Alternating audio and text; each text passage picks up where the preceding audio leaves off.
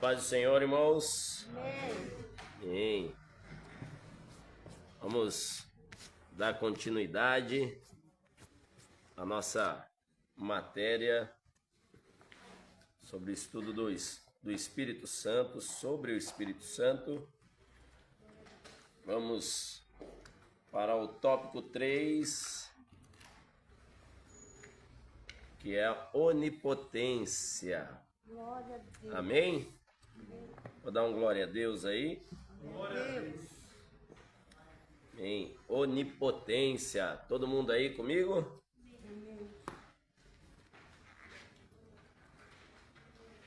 Os irmãos tiveram uma semaninha de férias, de folga. A gente até anunciou aí no domingo, a gente estava em uma viagem. Uma viagem em família. Glória a Deus. Por isso que nós não estávamos presentes. Mas vamos dar continuidade aqui na matéria onipotência, um dos atributos exclusivos do Espírito Santo. Amém? Onipotência, como está até ali na lousa já, vocês têm na apostila de vocês também, uma palavra que vem do latim. A palavra que vem do latim, que é uma composição aí de duas palavras, que é omni, que significa todo, ok? Então, omni, que significa todo, e potens ou potentia, que significa poderoso.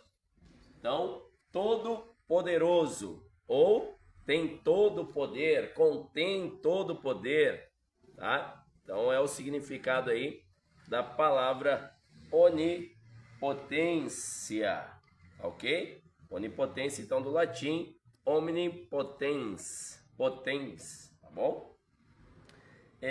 Algumas passagens a gente vai estar falando agora sobre a onipotência de Deus, lembrando que essa parte do nosso estudo a gente está falando no geral, tá bom?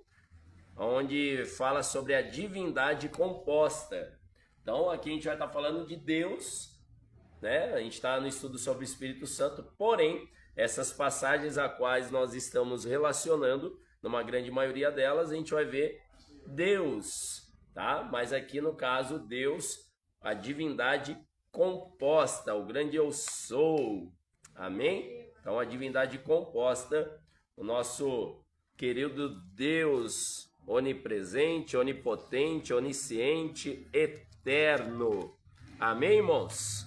Glória a Deus por isso, o nosso Elohim, tá bom? Então por isso que a gente vai estar falando nessa parte da divindade composta, Elohim, mas que é o Espírito Santo, amém? A qual é uma das pessoas da divindade composta. Então vamos lá, vamos já para algumas passagens aqui em relação à onipotência. Na apostila vocês têm algumas, mas eu vou estar passando algumas outras mais, tá bom? Então abram a Bíblia de vocês. Vamos começar com uma, a gente vai citar a princípio uma aqui do Antigo Testamento, que a gente até já falou, mencionou ela em outros estudos, mas vamos iniciar com ela hoje, que é o Salmo 91, bem conhecido de todos. Muitos aí sabem até de cor já, né? Ô, glória! O apóstolo João ali já tem um terra já. Amém. Amém, irmãos? O texto bem conhecido, onde a palavra já onipotente já aparece ali claramente, né? Muitas das palavras que dos versículos que nós vamos ler, não está explícito a palavra onipotente, como também as outras que a gente estudou, onisciente, onipresente, você não vê na grande maioria esse próprio nome, essa palavra nítida, como a gente vai ver agora, tá? Mas a gente consegue perceber devido à atitude, aquilo que acontece, aquilo que é citado, que é a onipresença, a onisciência e a onipotência, tá? E aqui já fala claramente Salmo 91, verso 1. Alguém pode ler bem alto e claro para nós? Aquele que habita no abrigo do Altíssimo, descansa à sombra do Todo-Poderoso. Pedir pro irmão só reler. Passou um abençoado aí com o carro, com o som alto. A gente não conseguiu ouvir bem, tá? Depois até pedir, se algum irmão puder só fechar a porta de vidro para nós, por favor. Aí já inibe um pouco. Ó, nosso amigo lá no fundo. Muito obrigado, meu amigo. Deus abençoe, hein? Você pode aplaudir ao Senhor pela vida do nosso querido? Amém. Glória a Deus. Glória a Deus. Amém? Por favor, nosso irmão Malco. Salmo 91, verso 1. Aquele que habita no abrigo do Altíssimo, descansa à sombra do Todo-Poderoso.